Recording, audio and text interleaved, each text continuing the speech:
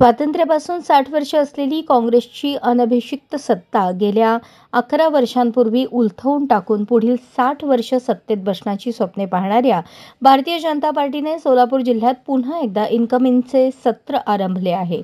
मागील वर्षी झालेल्या विधानसभा निवडणुकीत शहर उत्तरला 54,583 मतांचे तर दक्षिण सोलापूरला 77,127 मतांचे मताधिक्य मिळवून देखील भाजपमध्ये इतर पक्षातील लोकांना का घेतले जात आहे असा प्रश्न भाजपच्या अनेक कार्यकर्त्यांसह मतदारांनाही पडला आहे. या प्रश्नाच्या उत्तरात भाजपचे भविष्य दडले आहे हे नक्की. शहर उत्तर आणि दक्षिण सोलापूर विधानसभा मतदारसंघ या दोन्ही जागांवरील उमेदवार बदलून नव्या चेहऱ्यांना संधी मिळेल अशी कुजबूज विधानसभा निवडणुकीपूर्वीपासूनच विद्यमान आमदारांच्या विरोधकांमध्ये आणि जनतेतही होती. या चर्चेला पूर्णविराम देत दोन्ही देशमुखांनी तिकीट मिळवण्याची पहिली लढाई जिंकत प्रत्यक्ष निवडणुकीची लढाई देखील जिंकली. संपूर्ण राज्यभरात 2024 सालची विधानसभा निवडणूक भाजपसह शिवसेना, शिंदे गट आणि राष्ट्रवादी काँग्रेस, अजित पवार गट यांच्यासाठी करो या मरो अशीच होती.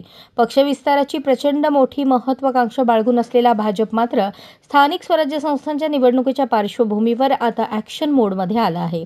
याचकरता म्हणून की काय 2014 ते 2019 दरम्यान झालेल्या इन्कमिंग वेळी मतदारांना गृहीत धरणाऱ्या भाजपने आता यंदाच्या निवडणुकांच्या तोंडावर होणाऱ्या इन्कमिंग वेळी स्वपक्षातील कार्यकर्त्यांनाच गृहीत धरले आहे.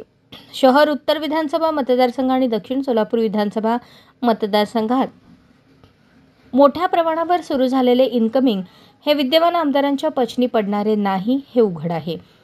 एकीकडे प्रदेश भाजपचा इन्कमिंगचा आग्रह तर दुसरीकडे कार्यकर्त्यांमधून उमटणारी तीव्र नाराजी अशा कात्रीत सापडलेले देशमुख द्वय कोणाच्या बाजूने कठोर निर्णय घेतात याकडे भाजप कार्यकर्ते, विरोधकांसह सर्वसामान्य जनतेचेही लक्ष लागून राहिले आहे.